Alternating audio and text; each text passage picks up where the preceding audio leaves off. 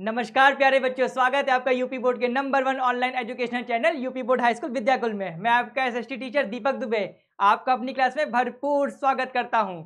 बालकों, आशा कर रहा हूं आप लोग स्वस्थ होंगे, मस्त होंगे और व्यस्त भी होंगे, ऐसी मैं आपसे आशा कर रहा हूं। तो बेटा, आज क्लास 9th का लोकतांत्रिक राजनीति जो आपकी बुक है उसका 2nd चैप्टर लेकर के आया हूँ, संविधान निर्माण। और एक ही क्लास में आप लोग संपूर्णता के साथ अध्ययन कर लेंगे इस पूरे चैप्टर का। और मैं एक एक पॉइंट बताऊंगा आपको, कुछ भी नहीं छूटेगा, है ना, कुछ भी नहीं छूटने वाला है संविधान निर्माण को लेकर के। संविधान की आवश्यकता क्यों पड़ती है, संविधान से देश की नीतियां कैसे चलती है, संविधान किसी भी लोकतांत्रिक कंट्री के लिए कितना जरूरी चीज है, क्या क्या उसके डायमेंशन होते हैं, संविधान में संशोधन कैसे किया जा सकता है, विश्व का सबसे पहला लिखित संविधान कौन सा था, भारत का संविधान कैसा है, विश्व के अन्य संविधान में उसके क्या लक्षण मिलते हैं, ये सारी वार्तालाप आज इस क्लास में करेंगे। तो चलिए मेरे साथ इस खूबसूरत सफर पर और जानिए संविधान होता क्या है और संविधान का निर्माण किस प्रकार किया जा सकता है। आप लोग की एंगेजमेंट चाहिए, लगातार बने रहेंगे और इस क्लास को और खूबसूरत ढंग से समझने की कोशिश भी करेंगे। हर चीज आपको यहीं से मिलने वाली है, वन शॉट में कंप्लीट चैप्टर आप क्या करेंगे, पढ़ लेंगे। चलिए बेटा, शुरुआत करते हैं। सबसे पहले क्या है, कॉन्स्टिट्यूशन ऑफ इंडिया, है ना, भारत का संविधान। क्या पढ़ेंगे हम, शुरुआत तो पहले इनके दर्शन जरूरी है ना, भारत के संविधान के दर्शन जरूरी है ना, संविधान का दर्शन बहुत जरूरी है, क्योंकि संविधान क्या है, देश की नीतियां, देश की जो नीति होती है, रूल और रेगुलेशन होते हैं, उसे क्या करता है, निर्धारित करता है। किसी भी लोकतांत्रिक राज्य को चलाने की ये क्या कुंजी है, किसी भी लोकतांत्रिक राज्य को चलाने की क्या है, कुंजी है। तो एक लोकतांत्रिक गणराज्य में, एक लोकतांत्रिक गणराज्य में, एक लोकतांत्रिक गणराज्य में संविधान अति महत्वपूर्ण है ना, ये बात आप लोग जानते होंगे। संविधान अति महत्वपूर्ण है, संविधान अति महत्वपूर्ण है, संविधान अति महत्वपूर्ण है। क्यों? क्योंकि इसी के माध्यम से आपको आपके अधिकारों का ज्ञान होता है, आपको आपके राइट्स मिलते हैं कि आपको फ्रीडम है, आपको इक्वलिटी है ना, आपके किसी भी अधिकार का कोई भी व्यक्ति, कोई भी संस्था हनन नहीं कर सकती है। यदि वो हनन करेगी तो संविधान है आपकी रक्षा करने के लिए, है ना, संविधान है आपकी रक्षा करने के लिए। और भारत का संविधान विश्व का सबसे वृहद संविधान है, भारत का संविधान विश्व का सबसे वृहद संविधान है। 26 जनवरी को हम क्या मनाते हैं, बताओ, क्या मनाते हैं, रिपब्लिक डे मनाते हैं ना, सब आप लोग को पता होना चाहिए। और 15 अगस्त को स्वतंत्रता दिवस। चलिए, हाँ, संविधान लिखित नियमों की एक ऐसी किताब है, किसके लिखित नियमों की, लिखित नियमों की, जो कुछ है सब कुछ राइटिंग फॉर्म में है। किसी ने भी आपके अधिकारों का हनन किया तो आप बता सकते हैं कि आपने इस आर्टिकल के तहत मेरे अधिकारों का हनन किया है, और आपको युक्तिपूर्ण दंड भी दिया जा सकता है यदि किसी भी भारतीय के अधिकारों का हनन होता है। भारतीय क्या, विश्व में किसी भी व्यक्ति के अगर उसके अधिकारों का हनन होता है, उसके फंडामेंटल राइट का हनन होता है, तो संविधान के अकॉर्डिंग आपको रेमेडीज दी जाएंगी, संविधान के अकॉर्डिंग आपको क्योर किया जाएगा कि किस अधिकार से किसी व्यक्ति ने फलाने व्यक्ति के अधिकारों का हनन किया है। तो संविधान का होना किसी भी गणतांत्रिक राज्य की एक कुंजी है ना, एक चाबी है, एक की है, एक ऐसी किताब है जिसे किसी देश में रहने वाले लोग सामूहिक रूप से मानते हैं। संविधान सर्वोच्च कानून है। सारे कानूनों की व्याख्या कहाँ होती है, सारे कानूनों की व्याख्या संविधान में ही होती है। आप लोग जानते भी होंगे, आपको फंडामेंटल राइट दिए गए हैं, आर्टिकल 14 से स्टार्ट होता है ना, आर्टिकल 14 से आपको 18 तक क्या मिलते हैं, समानता का अधिकार दिया जाता है ना, फिर स्वतंत्रता का अधिकार है। इस तरह से आपके अधिकार उसमें व्याख्यित है कि नहीं, उस तरह से आपके अधिकार उसमें व्याख्यित है। अगर आपको आपके साथ कोई भेदभाव कर रहा है ना, या फिर अस्पृश्यता फैला रहा है, तो आर्टिकल 17 उसके लिए है ना, लिंग जाति वर्ण के नाम पे आप किसी से भेदभाव नहीं कर सकते, आर्टिकल 15 है। तो ये सारी चीजें आपको मिली हैं। आपको स्वतंत्रता का अधिकार है, आप कहीं भी जाके भ्रमण कर सकते हैं, जीवन जीने का अधिकार है, आर्टिकल 21। ये सारी चीजें आपके संविधान में बाकायदा लिखी हुई हैं। संविधान क्या है, लोगों के बीच आपसी संबंधों तथा लोगों और सरकार के बीच का एक संबंध तय करता है। संबंध तय करता है किसके किसके बीच का, आम जनता का और सरकार का। सरकार कौन, जो आपके देश में शासन चला रही है, आप प्रत्यक्ष रूप से आप उसका चयन करते हैं, फिर वो जाकर के आपके देश में रूल एंड रेगुलेशन को मेंटेन करती है। उसका और आम जनता के बीच का क्या है, एक संबंध है ना, एक रिलेशन है किसके मध्य में, जनता का और सरकार का। ये सारी चीजें आपको संविधान में देखने को मिलती हैं। अब एक शब्द आया रंगभेद, एक शब्द आया रंगभेद, इसे आप नस्ल भेद के नाम से भी जान सकते हैं। ये क्या है? ये नस्ल भेद भी हो सकता है ना। अगर इसको हम बहुत ही सरल जानकारी में प्राप्त करना चाहे तो हो जाएगा ब्लैक एंड व्हाइट, मतलब काले और गोरे का भेद, काले और गोरे का भेद।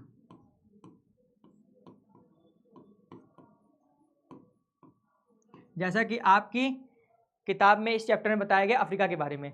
अफ्रीका में क्या था? अफ्रीका में रंगभेद था ना। अफ्रीका में क्या था? अफ्रीका में रंगभेद था ना, नस्लभेद था ना। आपको याद होगा पीटर मारिtzबर्ग वो स्टेशन जहां पर महात्मा गांधी जी को एसी फर्स्ट क्लास टिकट लेते हुए भी उस कंपार्टमेंट से बाहर फेंक दिया जाता है। क्यों? क्योंकि वहां पर गोरे यात्रा कर रहे होते हैं, ब्रिटिशर्स यात्रा कर रहे होते हैं, अंग्रेज यात्रा कर रहे होते हैं, तो उनको वहां से उठा करके बाहर फेंक दिया जाता है। क्यों? क्योंकि वो उनके कलर के नहीं होते हैं, वो ब्लैक होते हैं और वो व्हाइट होते हैं। तो व्हाइट और ब्लैक का जो डिफरेंस है वो रंग भेद को बताता है ना। और सीधी सी बात है भाई, प्रकृति ने हमें बनाया है, भगवान ने हमें बनाया है, जब उसने बनाने में कोई भी हमारे में भेद नहीं किया, 2 आंख दिए, 2 हाथ दिए हैं, 2 कान दिए हैं, जब उसने कोई क्या बोलते हैं भेदभाव नहीं किया, तो मनुष्य कौन होता है किसी के रंग के आधार पर भेद करने वाला, किसी के रंग पे आधार पर रंग भेद करने वाला? ये अधिकार किसी मनुष्य को है ही नहीं, किसी प्राणी को है ही नहीं। इसीलिए इन्हीं सब चीजों के लिए महात्मा गांधी जी ने वहां विरोध प्रदर्शन किया था। यही सब चीजें थी जो महात्मा गांधी ने वहां विरोध प्रदर्शन किया और रंग भेद की स्थिति को वहां पर समाप्त करने का उस समय प्रयास भी किया था, क्योंकि उनको लगा था कि ये कैसा भेदभाव है, मनुष्य का मनुष्य भेदभाव, एक मनुष्य दूसरे मनुष्य की अवहेलना कर रहा है, प्रताड़ित कर रहा है सिर्फ रंग के आधार पर, कि भाई तुम यूरोप में रहते हो, तुम्हारी ज्योग्राफिकल कंडीशन कुछ ऐसी, तुम गोरे हो, इसका मतलब तुम किसी ब्लैक आदमी को परेशान करोगे, और तुम्हारे गोरे होने में तुम्हारा क्या योगदान है? किसी व्यक्ति के गोरे अथवा काले होने में उसका कोई योगदान नहीं है। वो तो वहां की भौगोलिक परिस्थितियां तय करती हैं, सर्कमस्टेंसेस तय करते हैं कि आप गोरे होंगे कि काले होंगे। इन्हीं ब्रिटिशर्स को अगर आप अफ्रीका ला के रख दोगे तो एकदम काले तभी की तरह भुज जाएंगे। यूरोप कंट्री है, हमेशा वहां पर माहौल, वहां का जो वातावरण अच्छा ठंडा रहता है, इसलिए वहां गोरे पैदा होते हैं। अफ्रीका का वातावरण कुछ और है, इसलिए वहां काले लोग पैदा होते हैं। तो क्या दिक्कत है इसमें? किसी व्यक्ति का योगदान थोड़े है कि आपने बाकायदा वहां पर कुछ अच्छा काम किया हो तो आप गोरे पैदा हो गए हो, नहीं। यहाँ पर ये स्थितियां तय करती कौन सी? आपकी भौगोलिक परिस्थितियां तय करती कि आपका रंग कैसा होगा। लेकिन गोरे थे, अपने आप को उच्च मानते थे, इसीलिए वो लोग लगातार क्या करते थे? रंग भेद करते थे, जिसके बारे में अभी आप पढ़ेंगे। रंग भेद नस्ली भेदभाव का पर आधारित एक व्यवस्था का नाम है जो दक्षिण अफ्रीका में विशिष्ट तौर पर चलाई गई। दक्षिण अफ्रीका यह व्यवस्था यूरोप के गोरे लोगों से ला दी गई थी। मैंने बोला ना, यूरोप के गोरे लोग, जो मैंने बात बताई अभी आपको, उन्होंने दक्षिण अफ्रीका में इस व्यवस्था को लागू किया गया था। नस्ल भेद, काले और गोरे का भेद करते थे। दक्षिण अफ्रीका में रंग भेद, दक्षिण अफ्रीका में रंग भेद, दक्षिण अफ्रीका में रंग भेद पढ़ेंगे आप। 17वीं और 18वीं शताब्दी में व्यापार करने आई यूरोप की कंपनियों ने दक्षिण अफ्रीका को गुलाम बनाया और काफी बड़ी संख्या में यहाँ गोरे लोग बस गए और यहाँ के स्थानीय काली चमड़ी वाले लोगों के साथ रंगभेद शुरू कर दिया। कौन बस गए? यहाँ पर गोरे लोग बस गए और यहाँ के स्थानीय जो काले चमड़ी के लोग थे उनके साथ भेदभाव करने लगे, है ना। इन्हीं के खिलाफ आप लोग को अगर याद होगा, अब्राहम लिंकन साहब ने भी अमेरिका में क्या चलाया था? इसी के खिलाफ आंदोलन चलाया था। उन्होंने ये बोला था कि क्या मतलब गोरा और काला, सबको एक समानता का अधिकार होना चाहिए। यदि गोरे को उसके लिए उसको फंडामेंटल राइट दिए गए हैं तो काले व्यक्तियों को भी फंडामेंटल राइट दिए जाने चाहिए, है ना। और आप जानते हैं उसी अमेरिका का, जो कि बाकायदा उत्तरी अमेरिका में पड़ता है, उत्तरी अमेरिका महाद्वीप में अमेरिका है, एक देश है, वहां पर सब गोरे रहते हैं, लेकिन उसी अमेरिका में अब्राहम लिंकन जैसे व्यक्ति राष्ट्रपति हुए। तो आप समझ सकते हैं कि योग्यता के आधार पर मनुष्य का चयन होना चाहिए। मनुष्य की जो भी स्थिति है, जो भी परिस्थितियां हैं, वो उसकी योग्यता के अनुसार चयनित होनी चाहिए। उसके रंग के आधार पर उसमें भेदभाव नहीं किया जाना चाहिए। अगर वो व्यक्ति योग्य है, उसके अंदर योग्यता है, तो भले चाहे वो किसी भी जाति का हो, किसी भी धर्म का हो, किसी भी समुदाय का हो या किसी भी कलर का हो, उसके साथ भेदभाव वर्जित है। ठीक है, ये बात ध्यान रखिएगा आप लोग। रंगभेद की नीति के अंतर्गत अश्वेतों पर प्रतिबंध थे। अश्वेत समझ रहे हैं? जो श्याम वर्ण के होते हैं, है ना, जो श्याम वर्ण के होते हैं, जो किसके होते हैं? श्याम वर्ण के होते हैं, अर्थात जो काले होते हैं, श्याम वर्ण होता है, या फिर इनको आप कह सकते हैं ब्लैक मैन, है ना, ब्लैक पर्सन, है ना। श्याम वर्ण और गौर वर्ण, यहां पर अश्वेत लिखा मतलब काले लोग, है ना। फिर गोरों की बस्तियों में बसने की इजाजत नहीं थी। जो गोरे थे, जो व्हाइट मैन थे, उनकी बस्तियों में बसने की इजाजत नहीं थी। गोरे मतलब आप अंदाजा लगा सकते हैं इंग्लिशमैन से। गोरे कौन होंगे? गोरे होंगे इंग्लिशमैन।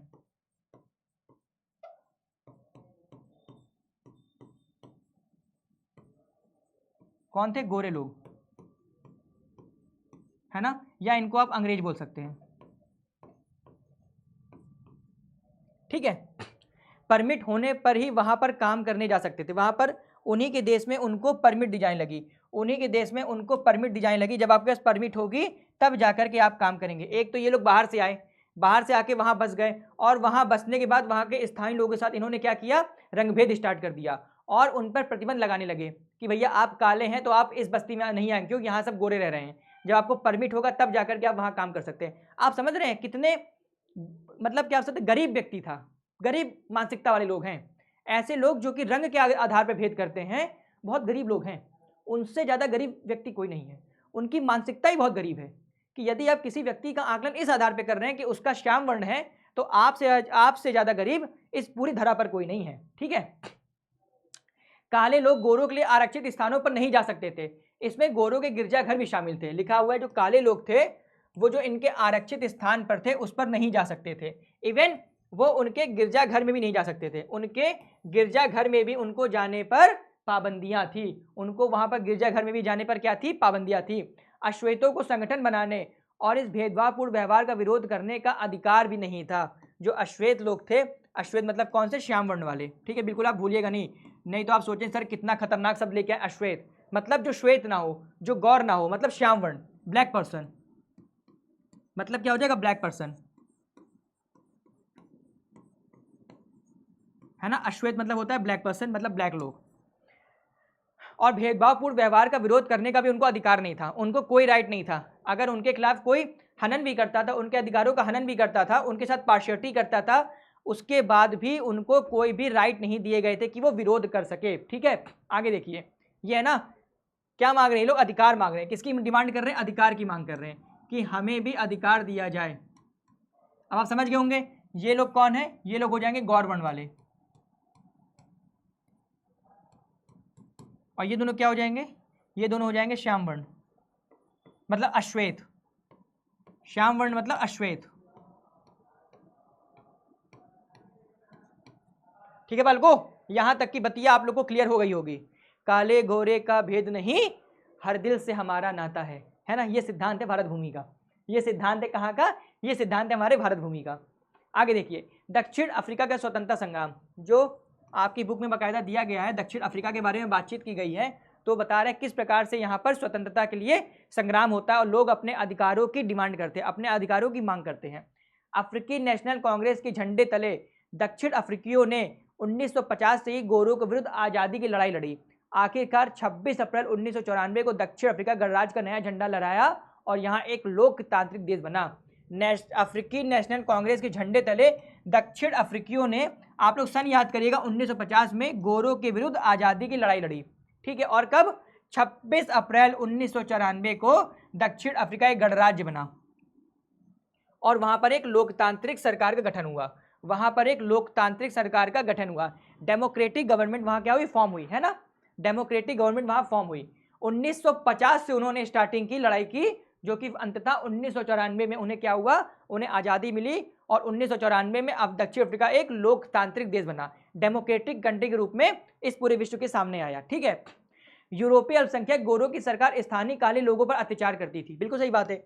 यूरोपीय अल्पसंख्यक जो गोरे थे वो स्थानीय काले लोगों पर अत्याचार करती थी। कैसे कर सकते हैं आप लोग, एकदम इंडिया के तरीके से। भारत में भी अंग्रेजों ने बहुत यातनाएं दी हैं, यहाँ भी लोगों के साथ विभेद हुआ करता था, है ना। ये लोग बोलते थे कि हम लोग पश्चिमी सभ्यता से आए हैं और पूर्वी लोगों को सभ्य बनाने आए हैं। इनका यही बात होती थी ना कि हम लोग क्या कर रहे हैं, हम लोग जो पूर्वोत्तर के लोग हैं, जो पूरब के लोग हैं, हम उन्हें सभ्य बनाने आए हैं क्योंकि हम ज़्यादा सभ्य हैं। और जबकि इनको ये भी नहीं पता है कि भारत का इतिहास कब से है, कब से आप लोग जानते होंगे, आप लोग भारत के इतिहास से भली भांति परिचित होंगे। इंडस वैली सिविलाइजेशन के पहले से हमारा जो भारत का इतिहास है वो माना जाता है। कितने बड़े बड़े ग्रंथ लिख दिए गए, कितने बड़े, चाणक्य जैसा व्यक्ति हुआ जो कि फर्स्ट एडी के पहले पैदा हुआ था, उसने अर्थशास्त्र नामक पुस्तक लिखी, है ना। आप देखेंगे चंद्रगुप्त मौर्य जैसा एक राजा हो जिसने एक छत्र अपना साम्राज्य काबिज किया था, पूरा यहाँ उत्तर से लेकर के पूरा दक्षिण तक। सम्राट चंद्रगुप्त मौर्य जैसा व्यक्ति पैदा हुआ जिसका साउथ तक में साम्राज्य था। तो भैया जब हमारे यहाँ ऐसे ऐसे परम विभूति पैदा हुए हैं, ऐसे ऐसे व्यक्ति पैदा हुए जिन्होंने न जाने कितनी बड़ी बड़ी पुस्तिकाएं लिख दी, कितने बड़े बड़े लेख लिख दिए, तो आप इस बात को कैसे कह सकते हैं कि हम इन्हें सब बनाने आए हैं। ये इनकी चाल थी और इसी चाल के आधार पर इन्होंने संपूर्ण विश्व पर राज किया।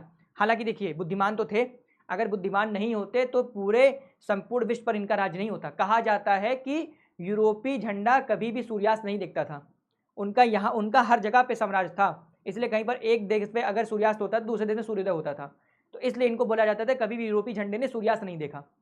मतलब उनके पास कुछ ना कुछ तो अच्छा था ही, लेकिन वो लोग क्या करते थे, विभेदपूर्ण काम करते थे, है ना। लोगों में क्या डिफ्रेंशिएशन लाते थे, डिफ्रेंशिएट करते थे लोगों को कि काले लोग अलग हो जाएंगे और गोरे लोग अलग हो जाएंगे। ये इनकी नीति थी, भेदभाव की नीति थी, फूट डालो राज करो की नीति थी इनकी, ठीक है।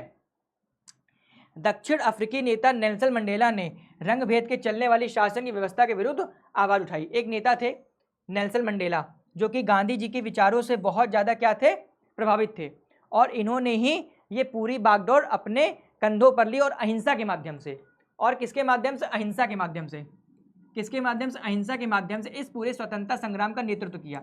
गांधी जी को बहुत मानते थे, उनके विचारों को फॉलो करते थे, और जब उनको ये बात पता चली कि गांधी जी के विचारों पर चल करके ही, गांधी जी के विचारों पर चल करके ही, अहिंसा के मार्ग पर चल करके ही भारत को अंग्रेजों के खिलाफ स्वतंत्रता मिली है, फ्रीडम मिला है, तो मैं भी उसी विचार पर आगे बढ़ूंगा और अंततः सफल हो ही जाऊंगा। और अंततः ये सफल भी हो जाते हैं। 1994 में इन्हें क्या मिलती है, इन्हें फ्रीडम मिल जाती है।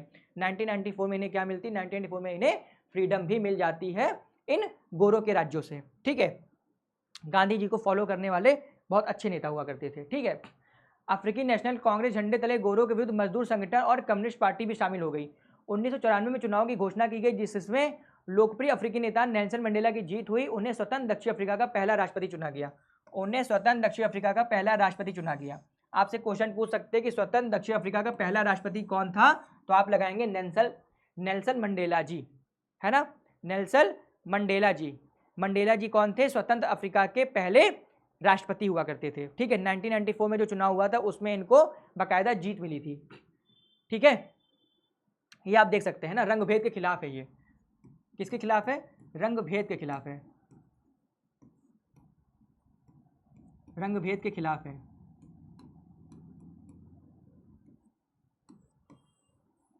ये क्या है, ये रंग भेद के खिलाफ है, ठीक है। सभी व्यक्ति समान रहेंगे, सबको क्या होगा, समानता का अधिकार दिया जाएगा। सबको क्या है, सभी को समानता का अधिकार होगा। सभी को क्या होगा, समानता का अधिकार होगा। सभी को क्या होगा, सभी को समानता का अधिकार होगा, चाहे वो गोरा हो, काला हो, ऊंची जाति का हो, नीची जाति, कोई भी हो, XYZ, अगर वो मनुष्य है तो उसको उसके फंडामेंटल राइट दिए जाएंगे, मौलिक अधिकार दिए जाएंगे, किसी भी सूरत में उनका हनन नहीं किया जाएगा, ठीक है। नेल्सन, अब थोड़ा नेल्सन जी के बारे में बातचीत करें। मंडेला जी के साथ क्या क्या हुआ, ये सारी बातें भी आपको जाननी चाहिए। नेल्सन मंडेला पर देशद्रोह के आधार पर मुकदमा चलाया गया। अच्छा, इन पर देशद्रोह के आधार पर क्या चला था, मुकदमा चला था, ठीक है।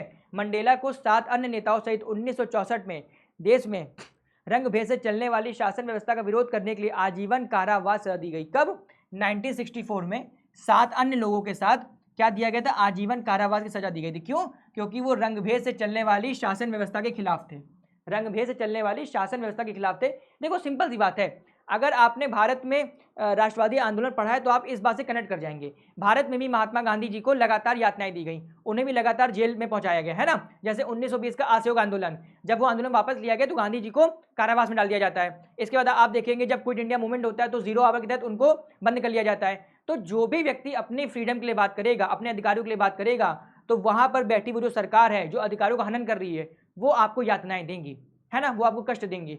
तो उसके विरोध में आपको क्या होगा, आपको कारावास में डाल दिया जाएगा। जैसे आप जानते होंगे भारत के न जाने कितने कितने ऐसे क्रांतिकारी थे जिन्हें फांसी पर लटका दिया गया, जिन्हें यातनाएं दी गई। जैसे सावरकर साहब को देखेंगे तो उन्हें काला पानी सजा दे दी गई थी, है ना। आप क्या बोलते हैं उनको, बीजे तिलक साहब को देखेंगे, उनको मांडले जेल भेज दिया गया था, है ना। आप लोग भगत सिंह का नाम सुने होंगे, उनको भी कारावास में डाल दिया जाता है। तो जो भी व्यक्ति अपने अधिकारों की डिमांड करेगा, अपने अधिकारों की मांग करेगा, वहां पर उसको यातनाएं दी ही जाएंगी। एज इट इज यहाँ पर भी हुआ। मंडेला जी अपने अधिकारों की बात कर रहे थे और जो सरकार थी उसके खिलाफ क्या कर रहे थे, मोर्चा खोले हुए थे और आंदोलन कर रहे थे। तो गवर्नमेंट ने उन्हें क्या किया, उन्हें आजीवन कारावास की सजा दे दी 1964 में।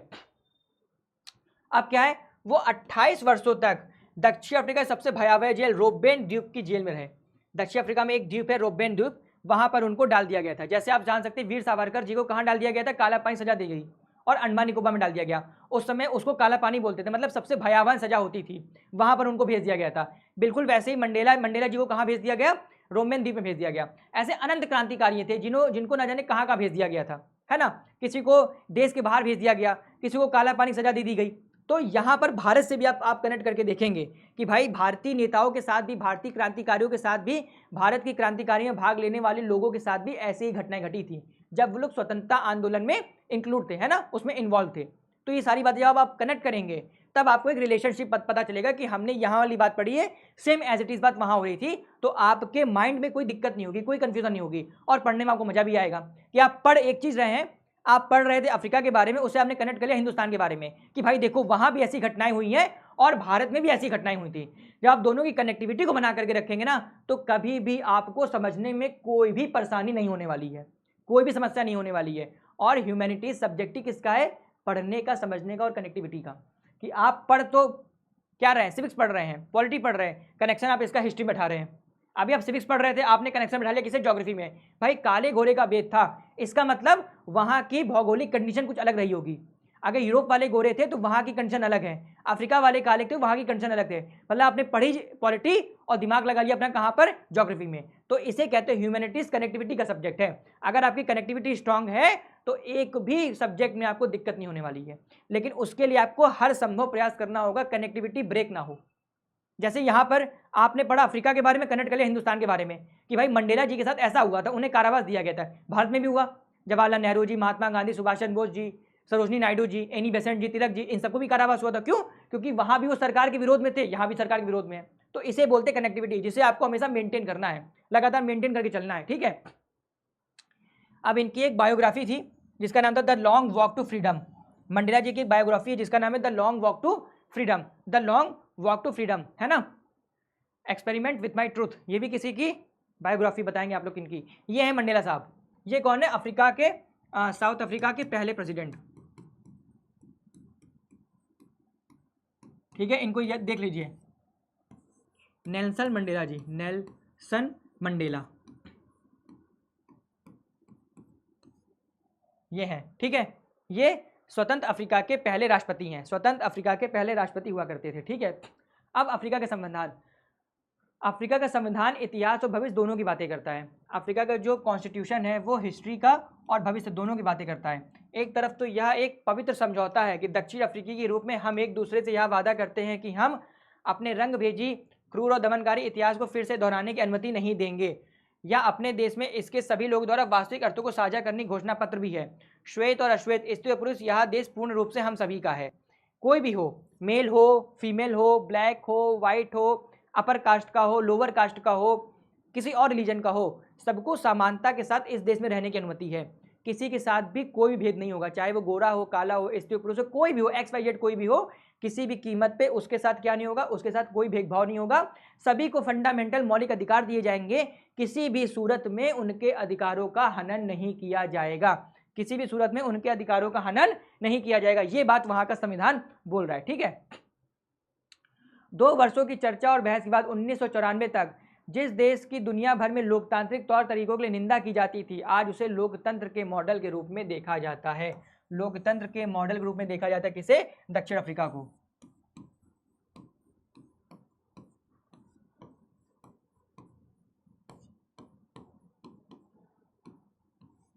ठीक है, किसे? दक्षिण अफ्रीका को, है ना।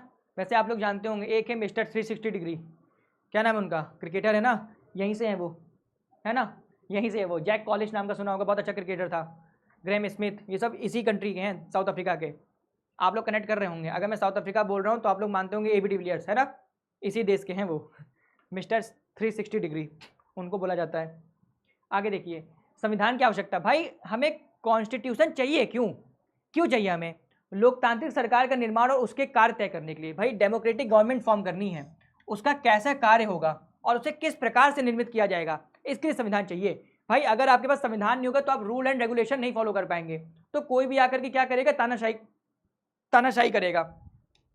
क्या करेगा वो? तानाशाही करेगा और अपने ही बातें करेगा। अगर किसी को रूल में नहीं बांधा गया तो वो खुला छाड़ हो जाएगा, जहां जाएगा वहीं पर अपनी सींग मारेगा। इसीलिए संविधान की आवश्यकता होती है कि आप जो भी कार्य करेंगे संविधान के दायरे में रह करके करेंगे, जो भी रूल इसमें लिखे हुए हैं उसे आप फॉलो करेंगे।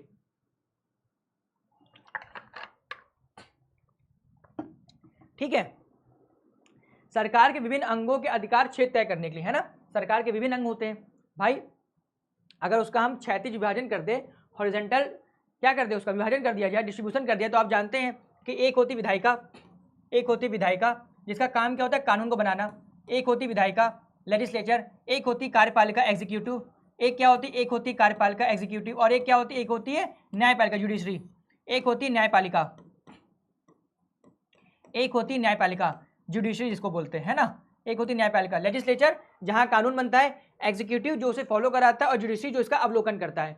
अगर भाई संविधान नहीं होगा तो इनके कार्य कैसे तय होंगे, कैसे पता चलेगा कि कानून विधायिका ही बनाएगी, कैसे पता चलेगा कि क्या बोलते हैं कानून का पालन कार्यपालिका कराएगी, और कैसे पता चलेगा कि जो रूल एंड रेगुलेशन फॉलो हुए कि नहीं हुए हैं, किसी के अधिकारों का हनन हुआ है कि नहीं हुआ है, उसके खिलाफ क्या बातें हो सकती हैं। अगर न्यायपालिका ही स्वतंत्र नहीं होगी, न्यायपालिका के कार्य निर्धारित नहीं होंगे, तो कैसे किसी व्यक्ति को दंड दिया जाएगा या कैसे कानूनों का अवलोकन किया जाएगा। इसीलिए बिल्कुल क्या बोलते हैं बहुत ही इंपॉर्टेंट चीज़ है, और एक बेसिक फैक्टर है कि आपका संविधान बनेगा तभी आप किसी के क्षेत्रों का निर्धारण कर पाएंगे कि उनके क्रियाकलाप क्या है, उनके कार्य क्या है। इन सबका निर्धारण किससे होता है, संविधान के माध्यम से ही होता है।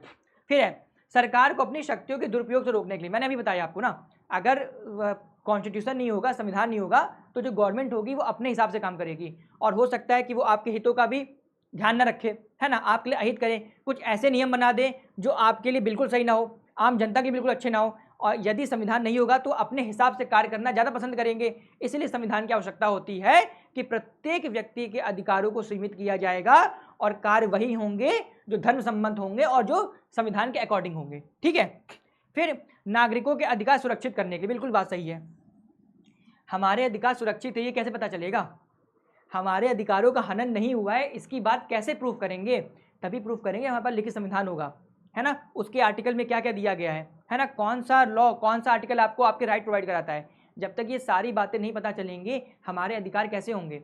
ऐसे थोड़े बोल देंगे कि भैया आपको स्वतंत्रता का अधिकार है, कहाँ लिखा हुआ भाई, आपको जीवन जीने का अधिकार है, कहाँ लिखा हुआ है, तब आप बताएंगे भैया देखिए आर्टिकल 21 जीवन जीने का अधिकार, आपको समानता का अधिकार है, राइट टू इक्वालिटी 14 to 18, बताएंगे ना आप उसको, तब बता पाएंगे जब आपने ये सब पढ़ा होगा, है ना, और जब संविधान में वो लिखित होगा। इससे आपके अधिकारों का क्या होता है, इससे आपके अधिकारों का अवलोकन किया जाता है।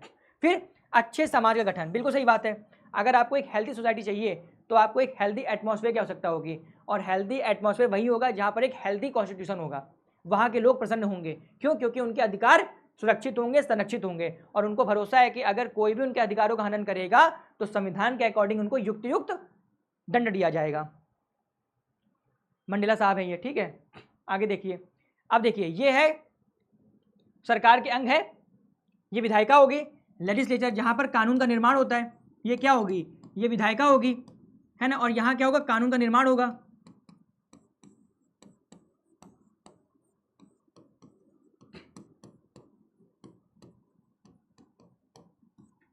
फिर क्या है, ये एग्जीक्यूटिव हो गई, मतलब कार्यपालिका,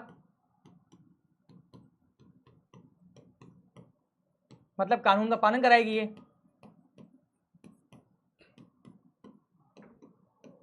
और फिर ये न्यायपालिका हो जाएगी, ये क्या करेगी, ये अवलोकन करेगी किसका, जुडिशरी का और लेजिस्लेचर का, कि आपने कोई ऐसा काम तो नहीं किया जिससे अधिकारों का हनन हो रहा है, जिससे नागरिकों के फंडामेंटल राइट का हनन हो रहा है, तब वो इन दोनों का अवलोकन करेगी, है ना, विधायिका। आप संसद मान सकते हैं, आपने बाकायदा कभी कभी न्यूज़ में देखा होगा ना, संसद की प्रक्रिया चलती है, लोकसभा है, राज्यसभा है, तो वो क्या विधायिका, वहीं पर तो कानून फ्रेम होते हैं, है ना, वहीं पर तो कानून फ्रेम होते हैं, फिर उसके बाद उसको लागू कराया जाता है, जो एग्जीक्यूटिव करती है। फिर जुडिशरी होती है, न्यायपालिका, वो देखती है कि भैया जो लॉ बना हुआ है वो किसी भी प्रकार से किसी भी नागरिकों के अधिकारों का हनन तो नहीं करता है, वो संविधान का तो अतिक्रमण नहीं कर रहा है। यदि जुडिशरी को लगता है कि भाई ये जो लॉ बना हुआ है ये संविधान का अतिक्रमण कर रहा है, तो वो उसे क्या करती है, नन और वाइड डिक्लेयर कर देती है ना, उसको असंवैधानिक घोषित कर देती है। अब संविधान के प्रमुख कार्य, साथ रह रहे विभिन्न तरह के लोगों के बीच जरूरी भरोसा और सहयोग विकसित करना, स्पष्ट करना कि सरकार का गठन कैसे होगा और किसे फैसले लेने का अधिकार है। स्पष्ट करना है कि सरकार का गठन कैसे होगा और किसे फैसले लेने का अधिकार है। इसी में आप लोग देखेंगे जब संविधान होगा तो बाकायदा निर्णय दिया जाएगा, निर्धारित किया जाएगा, एक एक चीज़ बताई जाएगी भाई कि ये देश है, यहाँ पर राष्ट्रपति उच्च होगा, फिर प्रधानमंत्री क्या होगा, वो राज्य का मुखिया होगा, राष्ट्र का मुखिया होगा, फिर उसकी कैबिनेट होगी। इन सबका निर्धारण कहाँ लिखा हुआ है, संविधान में तो लिखा हुआ है ना। एक स्वतंत्र न्यायपालिका होगी, ठीक है, एक मंत्रिमंडल होगा, राज्यों के लिए अलग सरकार होगी, है ना। केंद्र और राज्य के बीच में संबंध स्थापित किए जाएंगे, केंद्र के अपने अलग विषय होंगे, राज्य के अपने अलग विषय होंगे। ये सारी बातें संविधान में हैं। जब ये सारी बातें क्लियर होंगी तभी तो एक राष्ट्र का निर्माण होगा, तभी तो संविधान का निर्माण होगा। यदि ये सारी बातें उसमें क्लियर नहीं होंगी तो कोई भी किसी के अधिकारों का हनन कर लेगा। केंद्र चाहेगा तो राज्य के फैसलों पर अपना फैसला देने लगेगा। तो इसलिए सबके विषय बांटे गए हैं कि ये विषय राज्य के होंगे और ये विषय केंद्र के होंगे। इन सबका अच्छा से विभाजन करने के लिए एक संविधान की आवश्यकता पड़ती है। फिर सरकार के अधिकारों की सीमा तय करना और नागरिकों को अधिकार बनाना। सरकार को भी क्या रिस्पॉन्सिबल करना है कि भैया आपके अधिकार सीमित हैं, आप गवर्नमेंट है, इसका मतलब ये नहीं कि आप अपने आप को चौधरी समझेंगे कि आप किसी को भी जा करके कुछ भी कर देंगे। आपके अधिकार सीमित हैं और नागरिकों को भी अधिकार है, वो चाहे तो एक लोकतांत्रिक गणराज्य में, एक लोकतांत्रिक देश में आपके विरोध में बात भी कर सकता है, उसे पूर्ण स्वतंत्रता होगी, उसे आंदोलन करने की स्वतंत्रता होगी, है ना। उसे सरकार के नियमों का आकलन करने की जरूरत होगी या स्वतंत्रता होगी, फ्रीडम होगी कि आपने जो पॉलिसीज बनाई है वो उसे देखे, अगर उन्हें लगता है वो सही नहीं है तो आपके खिलाफ बोले भी। तो ये कैसे हो सकता है, ये तभी मुमकिन होगा जब संविधान ने आपको अधिकार दिए होंगे, जब संविधान ने क्या दिया होगा, आपको राइट दिए होंगे, ठीक है। फिर अच्छे समाज के गठन के लिए लोगों की आकांक्षाओं को व्यक्त करना। भाई निर्णय क्या होना चाहिए, लोकतांत्रिक सरकार की आवश्यकता क्यों होती है, एक स्वस्थ समाज की स्थापना करना, एक हेल्दी सोसाइटी का क्या करना, निर्माण करना। भाई अगर कहीं पर तानाशाही होगी तो क्या एक स्वस्थ समाज का निर्माण होगा, नहीं होगा। अगर कहीं राजतंत्र होगा तो क्या कभी नागरिकों की इज्जत होगी, नहीं होगी। लेकिन लोकतांत्रिक जो गवर्नमेंट है उसमें प्रत्येक नागरिकों का सम्मान होता है, प्रत्येक नागरिकों की इज्जत होती है, नागरिक को ही वैल्यू दी जाती है। क्यों, अंतोगत्वा जो आम जनता है वही सरकार है, उसके माध्यम से ही सरकार का निर्माण हुआ है। उसने ही 5 साल में वोट दे करके वहां पर अपने प्रतिनिधि को बैठाया है कि आप जाइए और देश की पवित्र संसद में बैठिए और हम लोगों के लिए कल्याणकारी नियम और क्या बनाइए, रूल बनाइए। तो अंतोगत्वा निर्णय किसके लिए होना चाहिए, निर्णय होना चाहिए आम जनता के लिए कि ऐसा कोई काम नहीं करेंगे कि पब्लिक को प्रॉब्लम हो, ऐसा कोई भी कार्य नहीं किया जाएगा जिससे आम जनता को समस्या का सामना करना पड़े, ठीक है। भारतीय संविधान का निर्माण, भारत जैसे विशाल व विविधता भरे देश के लिए संविधान बनाना आसान नहीं, बिल्कुल आप देखेंगे, है ना।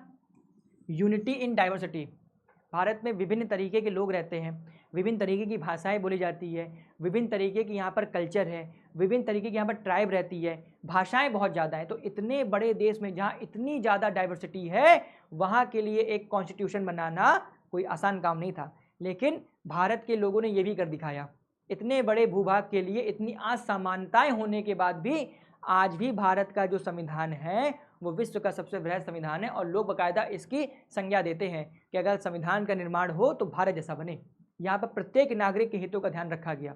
जब संविधान सभा बैठी थी तो वहाँ पर प्रत्येक नागरिकों को क्या अधिकार मिलने चाहिए, उनको क्या क्या राइट्स होने चाहिए, इन सबका भली भांति निर्णय लिया गया, इनका भली भांति ध्यान रखा गया, है ना। आगे देखिए, 1858 के बाद से ब्रिटिश सरकार ने भारत सरकार के लिए कई अधिनियम पारित किए, लेकिन भारतीय आकांक्षाओं को पूरा नहीं कर पाया।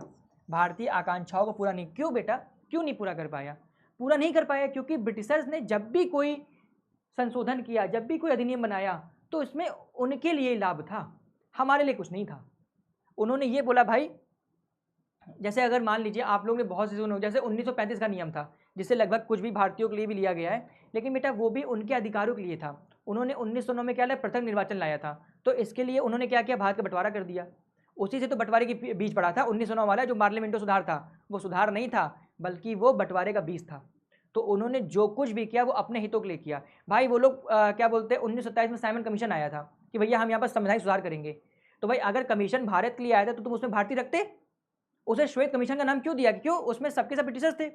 तुम ला रहे हो भारत के लिए, बना रहे हो भारत के लिए, तो भैया उसमें पहले भारतीयों को तो इन्वॉल्व करो, भारतीयों से पूछो तो तुम्हें चाहिए क्या, तुम्हें चाहिए क्या। जब तक तुम यही नहीं जानोगे कि उसे चाहिए क्या, तब तक आप उसके लिए फैसले कैसे ले पाएंगे। तो ये सारे काम तो ब्रिटिशर्स करते थे, इसीलिए उन्होंने क्या किया, भारतीयों की आकांक्षाओं को पूरित नहीं कर पाया। देश ने धर्म के आधार पर हुए बंटवारे की विभीषिका झेली, बिल्कुल देखा, इसका बीज पड़ा था 1909 में पार्लियामेंटो सुधार जो आया था। 1928 में मोतीलाल नेहरू और कांग्रेस के 8 अन्य नेताओं ने भारतीय संविधान लिखा था। 1931 में कराची में हुए भारतीय राष्ट्रीय कांग्रेस के अधिवेशन में प्रस्ताव भी रखा गया कि आज़ाद भारत का संविधान कैसा होगा। जब 1931 का कराची अधिवेशन हुआ था तो ये प्रस्ताव रखा गया था कि आज़ाद भारत का संविधान कैसा होगा। संविधान जैसा भी हो, संविधान ऐसा होगा कि प्रत्येक भारतीयों के हितों का ध्यान रखा जाएगा, है ना। प्रत्येक भारतीयों के हितों का क्या रखा जाएगा, ध्यान रखा जाएगा।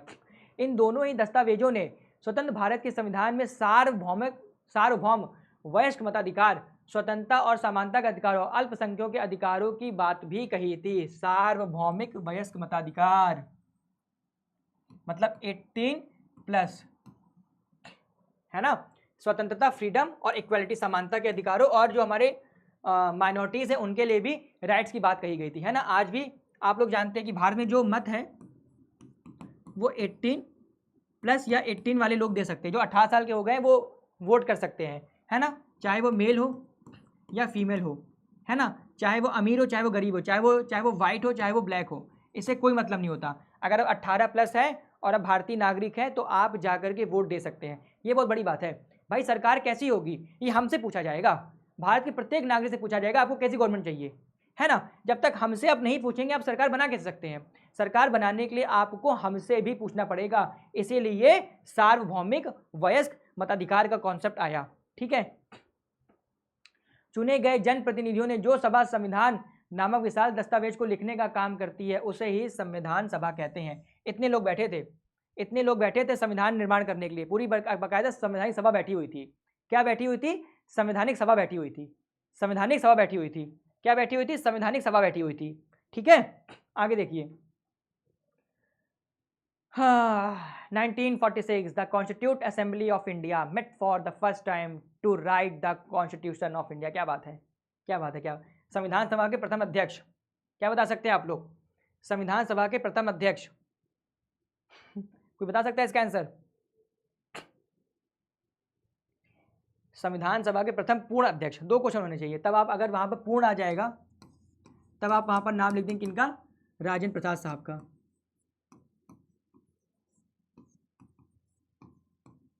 एक यहाँ पर समिति बनाई गई थी जिसको बोलते हैं ड्राफ्टिंग कमेटी, मतलब मसौदा समिति। क्या थी वो, मसौदा समिति, जिसने पूरा लिखा है, मसौदा समिति।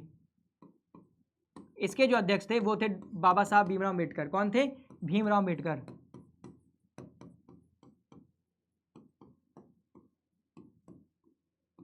पूरा ड्राफ्ट, कैसा संविधान होगा, क्या क्या बताया जाएगा, क्या क्या लिखा जाएगा, किसके क्या क्या अधिकार होंगे, ये पूरी ड्राफ्टिंग करने का काम किन्होंने किया था, बाबा साहब भीमराव अम्बेडकर। जनक कहे जाते हैं, है ना, फादर कहे जाते हैं। इतना बड़ा संविधान लिख दिया किन्होंने, बाबा भीमराव अम्बेडकर साहब ने। मतलब योग्यता तो थी, है ना, योग्यता तो थी। इतने बड़े देश का संविधान लिखने वाला व्यक्ति कोई छोटी मोटा आदमी नहीं हो सकता है, उसके अंदर योग्यता कूट कूट के भरी होगी। ऐसे थे बी आर अम्बेडकर साहब, इनके अंदर योग्यताएं कूट कूट के भरी हुई थी। इसलिए इतने बड़े संविधान का ड्राफ्ट तैयार करने का जो जिम्मेदारी थी वो इन्हीं को सौंपी गई थी। तो भारत की महान विभूतियां हैं। ये वो देश है जहां पर महात्मा गांधी जैसा व्यक्ति पैदा हुआ है, जिनकी ऑब्जर्वेशन पावर विश्व में सर्वाधिक प्रसिद्ध थी। पेशेंस था उनके अंदर। भारत में व्यक्ति कौन बैठा, सुभाष चंद्र बोस, ऐसा व्यक्ति जिसके इंटरव्यू ने, जब उन्होंने पेपर क्वालिफाई किया था ICS का पूरा जो वहाँ बोर्ड बैठा हुआ था लंदन में, वो हिल गया कि भाई साहब क्या व्यक्ति मेरे सामने इंटरव्यू देने आया है। जवाहरलाल नेहरू जैसा व्यक्तित्व जिसने पूरा देश चला दिया, भगत सिंह जैसा युवा जो छोटी सी उम्र में फांसी पे चढ़ गया, चंद्रशेखर आजाद जैसा व्यक्ति जिन्होंने कहा था कि मेरे इस शरीर को ब्रिटिशर्स छू नहीं सकते जब तक मैं जिंदा हूँ। ऐसे ऐसे महान व्यक्ति हमारे भारत में पैदा हुए हैं। और अंग्रेज बोलते थे कि नहीं सब बनाने आए हैं, मूर्ख थे वो। क्या थे वो, मूर्ख थे मैं तो यही मानता हूँ कि वो बाकायदा बहुत अच्छे खासे मूर्ख आदमी थे। अब भारतीय संविधान सभा के जुलाई 1946 में चुनाव हुए, 1946 में, ठीक है। संविधान सभा की पहली बैठक दिसंबर 1946 में हुई, ठीक है। इसके तत्काल बाद देश 2 हिस्सों भारत और पाकिस्तान में बढ़ गया। किसमें, इंडिया और पाकिस्तान, विभाजन बताया था, उसका बीज वहीं पड़ गया था। संविधान सभा में 2 हिस्से बढ़ गई, भारत की संविधान सभा और पाकिस्तान की संविधान सभा। भारत का संविधान लिखने वाली सभा ने 299 सदस्य थे, जिनमें 26 नवंबर 1949 में अपना कार्य पूरा कर लिया। और इसके अध्यक्ष कौन थे, जो इसकी ड्राफ्टिंग कमेटी मैंने बताई वो कौन थे, बाबा भीमराव अम्बेडकर साहब। किसके थे, मसौदा समिति के, ड्राफ्टिंग कमेटी जिसे बोला जाता है ड्राफ्टिंग कमेटी। प्रारूप कमेटी के अध्यक्ष वही थे, मसौदा समिति या प्रारूप कह सकते हैं, ड्राफ्टिंग कमेटी इसको बोला जाता है। डॉक्टर भीमराव अम्बेडकर ने चर्चा के लिए एक प्रारूप संविधान बनाया। प्रत्येक धारा पर 2000 से ज़्यादा संशोधनों पर चर्चा हुई। 3 वर्षों में कुल 114 दिनों में गंभीर चर्चा हुई, 3 वर्षों में कुल 114 दिनों में गंभीर चर्चा हुई और उन चर्चा का रिकॉर्ड भी किया गया और संभाला गया। 26 नवंबर 1949 को संविधान बनकर के तैयार हो गया था। कब? 26 नवंबर 1949 को। 2 वर्ष 11 माह 18 दिन। कितना दिन लगा था? 2 वर्ष 11 माह और 18 डेज, इतने में हमारा संविधान बनकर के तैयार हो गया था। ठीक है। प्रारूप कमेटी के अध्यक्ष डॉक्टर भीमराव अंबेडकर ने चर्चा के लिए प्रारूप संविधान बनाया। हाँ, इन्हें कॉन्स्टिट्यूशन असेंबली डिबेट्स नाम से 12 मोटे खंडों में प्रकाशित किया गया। इन्हीं बहसों में हर प्रावधान पीछे की सोच और तर्क को समझा जा सकता है। ठीक है, इन्हीं बहसों के आधार पर हर प्रावधान पीछे सोच और तर्क को समझा जा सकता है। कितना लिखा था? 12 मोटे खंडों में प्रकाशित किया गया था। किसको? इसी रिकॉर्ड को। ठीक है। 26 जनवरी 1950 को संविधान लागू हुआ, इसलिए इस दिन को गणतंत्र दिवस के रूप में मनाते हैं, रिपब्लिक डे। आप लोग को बहुत अच्छे से पता होगा रिपब्लिक डे 26 जनवरी 1949 को क्या हुआ? रिपब्लिक डे के रूप में मनाया गया। ठीक है। भारतीय संविधान की विशेषताएं क्या है? यहाँ पर क्या है? संघीय सरकार है। ठीक है। और संसदात्मक सरकार है। आपने देखा होगा 2 सदन है ना? 2 सदन है, एक लोकसभा एक राज्यसभा, उच्च सदन और निम्न सदन। 2 सदन है, एक है उच्च सदन और एक है निम्न सदन। एक उच्च सदन है और एक निम्न सदन है। ठीक है। ये सब चीजें तो बाकायदा आप लोगों ने पढ़ भी रखी होंगी। क्या हो गया भाई? काहे इतना परेशान हो? क्यों इतना परेशान हो बालक? इसको क्या बोलते हैं? ये हमारी हो गई राज्यसभा हो गई, इसमें राज्य से प्रतिनिधि आते हैं। और ये क्या होगी? ये हमारी लोकसभा हो गई। इसका बाकायदा आप लोग चुनाव करते हैं, जैसा इस समय माहौल चल रहा है। जैसा इस समय बेटा माहौल चल रहा है, किसका माहौल चल रहा है? चुनावी माहौल चल रहा है ना। आप लोग क्या ढूंढ रहे हैं? आप लोग अपने अपने इलाकों में एमपीज ढूंढ रहे हैं, है ना? उनका चयन कर रहे हैं। कहाँ खो गए, है ना? दिल तो खोया है, इस एमपीज खो जाते, फिर आपको ढूंढना पड़ता है भाई इनका चयन करेंगे इस बार। तो एक होती है लोकसभा, एक होती है राज्यसभा, है ना? तो ये हो गया निम्न सदन, वो हो गया उच्च सदन। ये कभी भंग नहीं होता है, ये कभी भंग नहीं हो सकता है। ठीक है। और इसका प्रत्येक 5 वर्ष में चुनाव होता है। इसका क्या होता है? प्रत्येक 5 वर्ष में क्या होता है? चुनाव होता है।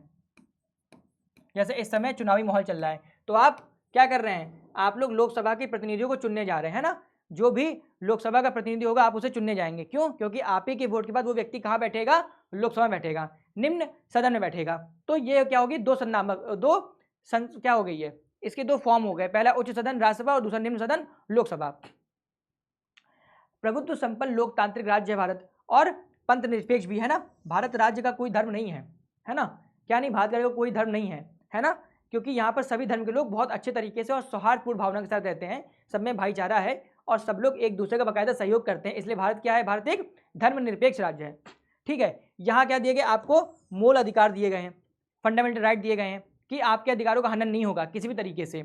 आप लोग पढ़ रहे होंगे, समानता का अधिकार है, स्वतंत्रता का अधिकार है, धर्म का अधिकार है। ठीक है, ये सारे अधिकार है ना आप लोग को।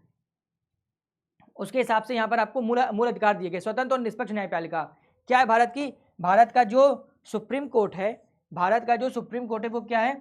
वो स्वतंत्र और निष्पक्ष है, होना भी चाहिए। एक डेमोक्रेटिक कंट्री में न्यायपालिका को स्वतंत्र होना ही चाहिए। यदि न्यायपालिका स्वतंत्र नहीं है और उसमें लगातार सरकार का क्या बोलते हैं हस्तक्षेप है, तो वो राष्ट्र कभी भी गणतंत्र राष्ट्र नहीं बन सकता है, वो राष्ट्र कभी उन्नति नहीं कर सकता है। क्यों? क्योंकि वहाँ की जो गवर्नमेंट है लगातार न्यायपालिका को बोलेगी कि आप अपने फैसले बदलिए और सरकार के हित में फैसले सुनाइए। हो सकता है सरकार कभी कभी बहुत रूड हो जाए, हो सकता है सरकार कभी कभी तानाशाही हो जाए, हो सकता है सरकार कभी कभी लोगों का हित कर दे। तो इसके लिए एक निष्पक्ष न्यायपालिका की आवश्यकता होती है। किसी भी डेमोक्रेटिक कंट्री में स्वतंत्र न्यायपालिका होनी चाहिए, सरकार का उसमें हस्तक्षेप नहीं होना चाहिए। यदि उसको लगता है कि सरकार कोई गलत काम कर रही है तो तुरंत जाके सरकार को रोके और उसके बनाए गए नियम को नन एंड वॉइड घोषित करे, है ना, असंवैधानिक घोषित करे। इसीलिए एक गणतांत्रिक राज्य में स्वतंत्र न्यायपालिका होनी चाहिए, जैसे कि हमारे भारत में है सुप्रीम कोर्ट, है ना। जितनी भी न्यायपालिका है वो सरकार से बाकायदा पृथक है और स्वतंत्र है, उस पर किसी भी तरीके का सरकार का हस्तक्षेप नहीं है। ठीक है। राज्य के नीति निदेशक और डीपीएसपी दिए गए हैं। क्यों? हमें एक वेलफेयर सोसाइटी बनानी है, हमें एक वेलफेयर समाज बनाना है। सरकार ऐसे काम करेंगी कि लोगों का क्या हो? कल्याण हो। एक कल्याणकारी राज्य की स्थापना करनी है। इसके लिए क्या होता है? इसके लिए है डीपीएसपी, राज्य के नीति निदेशक तत्व। सरकार को बाकायदा बताया गया है कि आपको क्या कार्य करने हैं और क्या कार्य नहीं करने हैं। है ना, समान कार्य के लिए समान वेतन देंगे, लोगों के काम के प्रति सुरक्षा देंगे। ये सारी बातें कहाँ लिखी गई हैं? ये सब डीपीएस में तो लिखी गई है ना, ये सब बातें कहाँ लिखी गई हैं? डीपीएस में लिखी गई हैं। फिर देखिए संविधान संशोधन, देश के सर्वोच्च विधायी संस्था द्वारा उस देश के संविधान में किए जाने वाले बदलाव को संविधान संशोधन कहते हैं। आपने भी देखा होगा संविधान, भारतीय संविधान में कई बार संशोधन हो चुके हैं। सबसे बड़ा संविधान आपको पता है कब हुआ था? जिसे हम बोलते हैं, क्या बोलते हैं उसको, लघु संविधान संशोधन।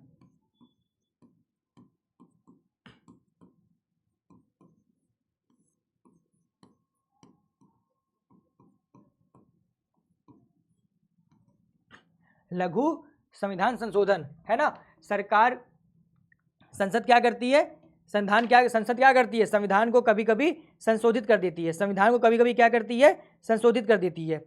संविधान को कभी कभी क्या करती है?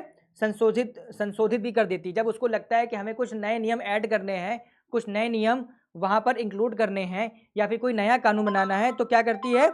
वो संविधान को संशोधित कर देती है ना। आपने देखा होगा कई बार सरकार कुछ नए नए रूल एंड रेगुलेशन फॉलो करके लाते हैं। सरकार एक नए नए क्या करते हैं? रूल एंड रेगुलेशन फॉलो करके लाते हैं,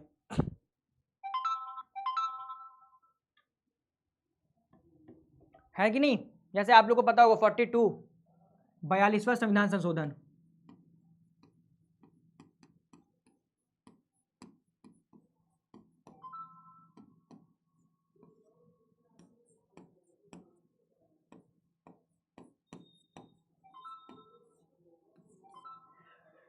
ये सारी बातें आप लोगों ने पढ़ी होगी, ठीक है। देश के सर्वोच्च विधायी संस्था द्वारा उस देश के संविधान में किए जाने वाले बदलाव को ही संविधान संशोधन कहते हैं, ठीक है। उसको क्या कहते हैं? संविधान संशोधन कहते हैं। क्या कहते हैं उसको?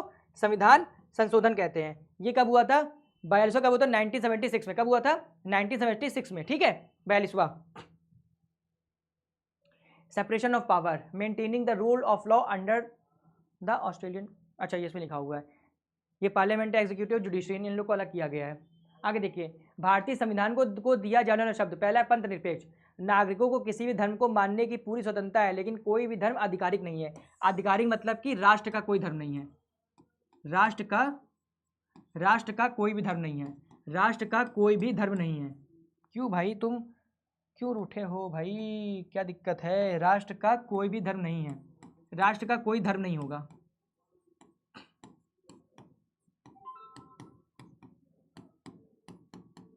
है ना। यहाँ पर रहने वाले नागरिक जिसे चाहे उस धर्म को अपना सकते हैं, जो धर्म चाहे उस धर्म को अपना सकते हैं, लेकिन राष्ट्र का कोई धर्म नहीं होगा।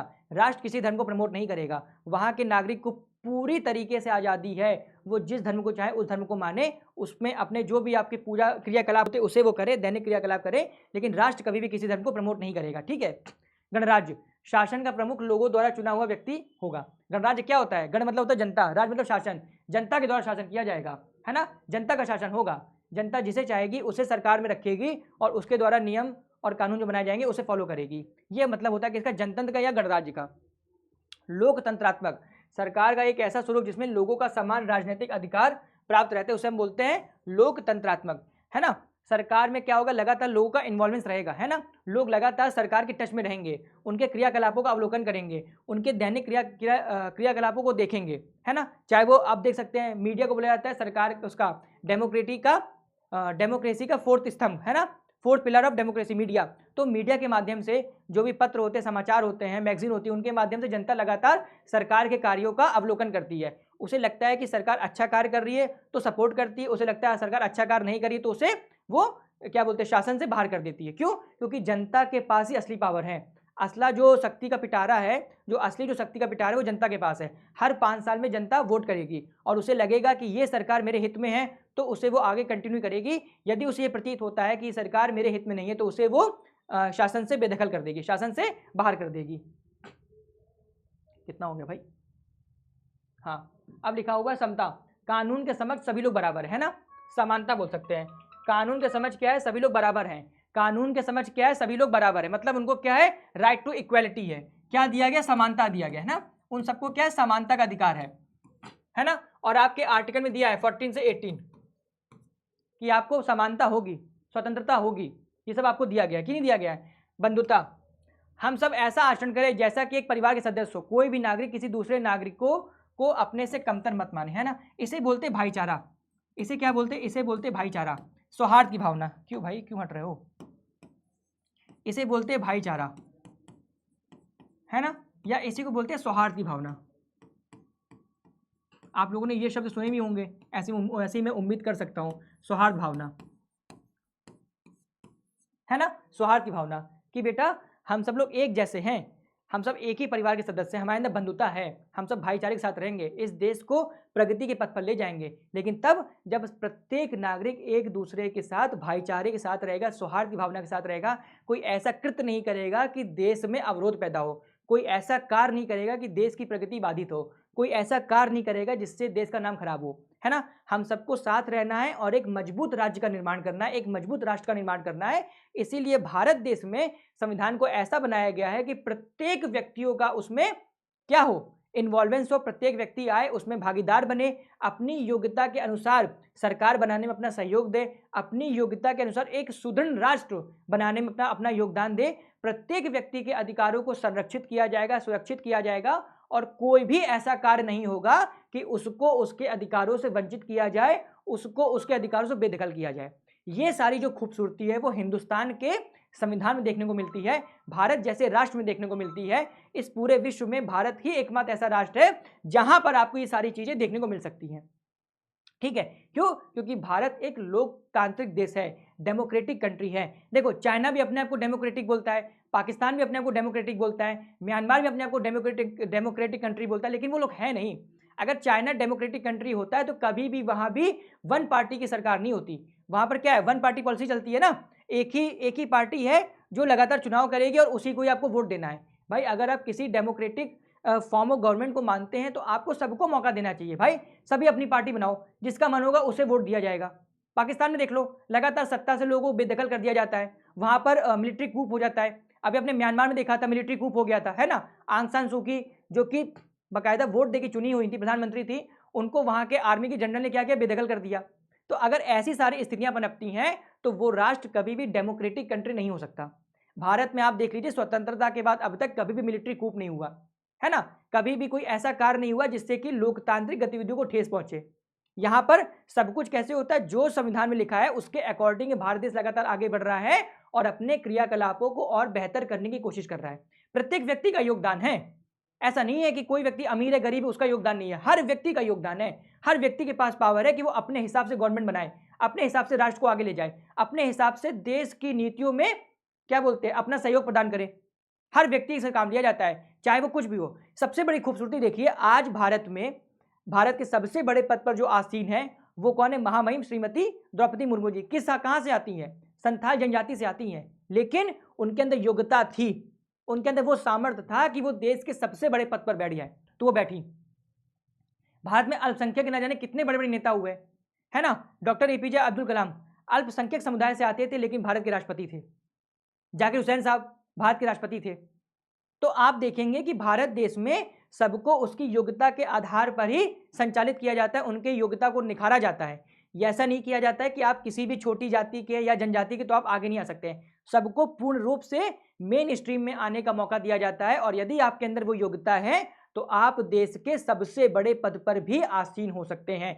ऐसी खूबसूरती आपको हिंदुस्तान के अलावा कहीं और देखने को नहीं मिलती है ना। ऐसी खूबसूरती आपको हिंदुस्तान के अलावा कहीं और देखने को नहीं मिलती है। अब बेटा देखो, ये क्या है, संविधान सभा। ये क्या है, संविधान सभा। जब संविधान का निर्माण हो रहा था, जब क्या हो रहा था, संविधान का निर्माण हो रहा था, संविधान सभा जब क्या हो रहा था, जब हो रहा था संविधान का निर्माण, है ना। एक ऐसा निर्माण जिससे एक खूबसूरत भारत की कल्पना की जाएगी, एक खूबसूरत भारत की कल्पना की जाएगी, ऐसे इस संविधान का निर्माण किया गया था, है ना। सबसे ऊंची विजय पताका लिए हिमालय खड़ा रहेगा, मानवता का मान बिंदु या भारत सबसे बड़ा रहेगा। तो इसी तरीके से एक खूबसूरत कल्पना के लिए उस समय इतने लोग एकत्रित हुए थे, और एक खूबसूरत राष्ट्र का निर्माण हो, एक सुंदर और सुरक्षित भारत का निर्माण हो, उसके लिए संविधान सभा का गठन किया गया था, है ना बच्चों।